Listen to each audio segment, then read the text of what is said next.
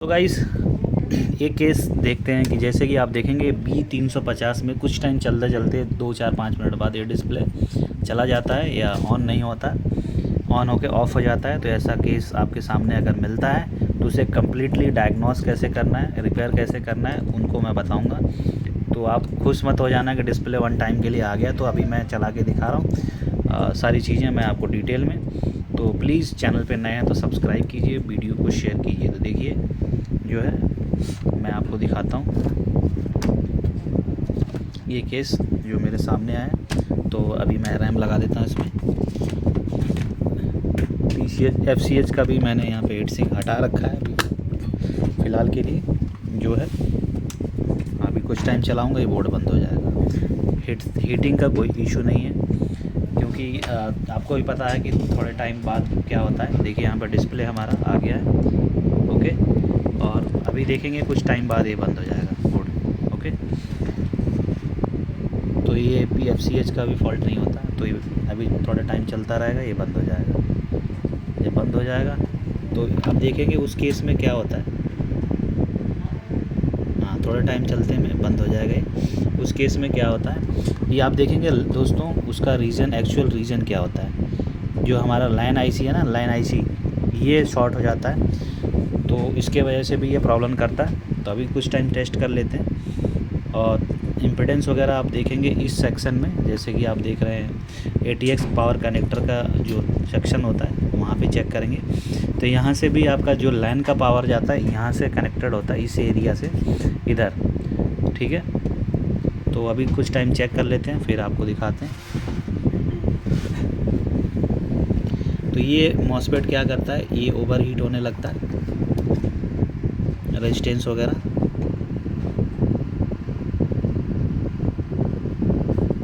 तो ये line section, line IC देखेंगे, लाइन IC ये फट जाता है। देखिए ये फटा हुआ है, देखिए इसके वजह से प्रॉब्लम आता है। तो आप उस केस में क्या कर सकते हैं दोस्तों, जो ऑन ऑफ का इशू है या कुछ टाइम चल के बंद हो जाता है, तो इस लाइन IC को आपको क्या करना है, सिंपल यहाँ से रिप्लेस कर देना है लाइन IC को।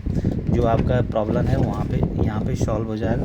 तो इस नंबर का कोई भी IC लीजिए किसी भी उससे मदरबोर्ड से और उसको रिप्लेस कर दीजिए। आपका जो प्रॉब्लम है यहीं पे सॉल्व हो जाएगा।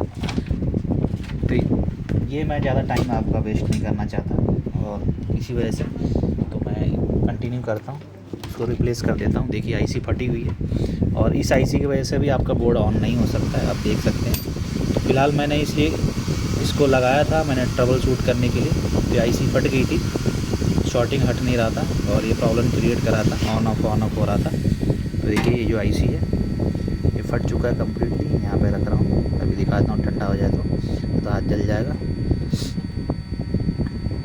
तो देखिए ये IC फट गई है बीच से, देख सकते हैं। तो ये रियल टेक की IC है, तो आप लगा सकते हैं कहीं से भी निकाल के।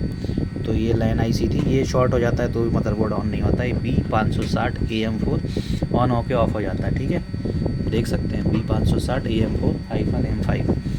तो इसको मैंने DC से लगाया था, यहाँ पे 11 ओम दिखा रहा था। यहाँ पे इम्पीडेंस चेक किया था तो 11 ओम दिखा रहा था बजर मोड पे। तो अगर यहाँ पे आपको चेक करना है, यहाँ पे 11 ओम दिखा रहा है, यहाँ पे कैपेसिटर होता है तो समझ जाइए। देखिए अभी सही इम्पीडेंस आ रहा है, पहले 11 ओम दिखा रहा था, इसी वजह से बंद हो जा रहा था बार बार।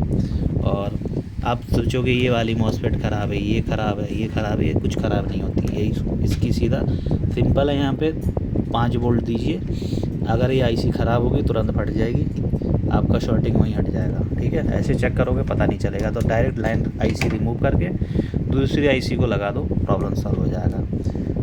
तो मैं यहाँ पे कोई और IC यहाँ पे प्लेस कर देता हूँ, मेरे पास बोर्ड है और भी। तो ये बोर्ड की IC यहाँ पे प्लेस करता हूँ और मेक श्योर आपका जो IC है वो प्रॉपर मदरबोर्ड रनिंग में होना चाहिए, ठीक है। या कोई और इशू होना चाहिए तो आप उसका लगाइए, नहीं तो आपका जो फिर से प्रॉब्लम है वो रिपीट हो सकता है अगर लाइन IC ख़राब हो तो, ठीक है। तो फिलहाल के लिए मैं जो लाइन IC है वो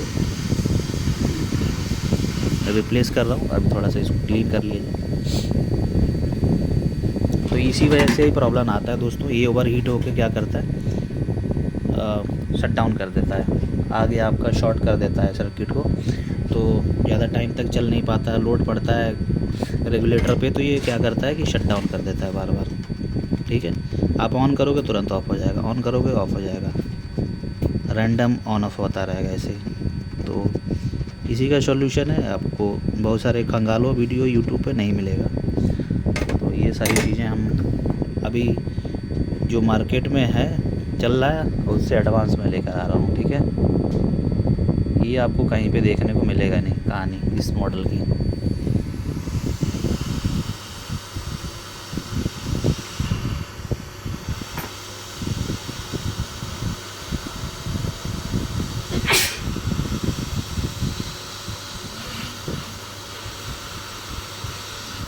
तो ये हमारा आईसी लग चुका है सक्सेसफुली, और उसके बाद अब इसको थोड़ा सा ड्राई क्लीन करके उसके बाद फिर चेक करेंगे इम्पीडेंस। उसके बाद फिर क्यूसी टेस्ट लो के 100% में हमारा जो मदरबोर्ड है वो चला जाएगा, और लाइन चेक करने के बाद। ठीक है,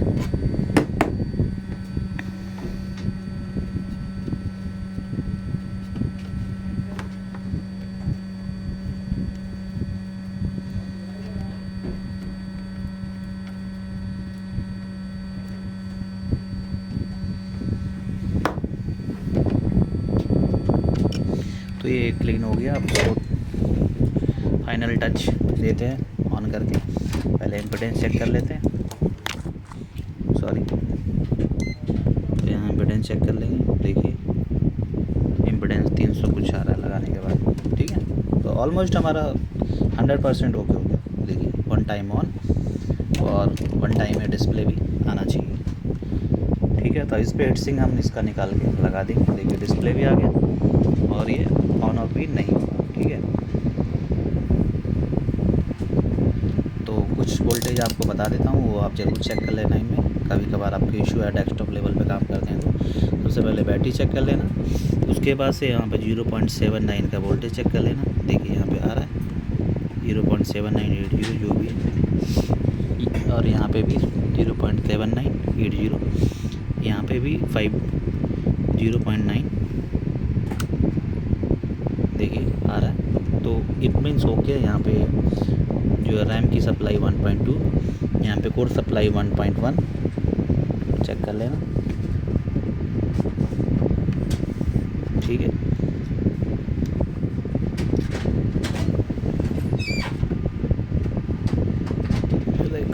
भाई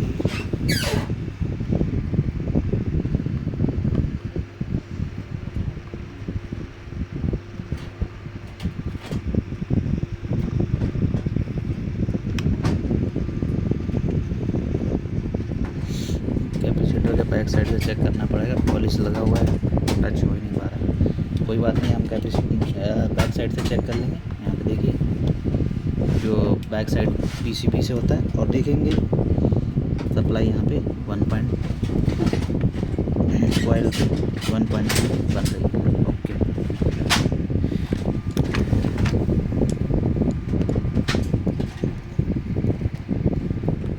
तो ये सब बेसिक टेस्टिंग है, तो आप देख लेना। बाकी यहाँ पे 3.3 अगर डिस्प्ले नहीं आ रहा है, यहाँ से भी एक और वोल्टेज चेक कर लेना। बीप साउंड आए रेजिस्टेंस पे, यहाँ पे एक रेजिस्टेंस लगा होता है। देखिए यहाँ पे देखेंगे 3.3 रेजिस्टेंस की साइड, रेजिस्टेंस की उस साइड आना चाहिए, नहीं आएगा तो भी बीप साउंड करता रहेगा, डिस्प्ले नहीं आएगा। मिलता है अगले वीडियो, थैंक यू।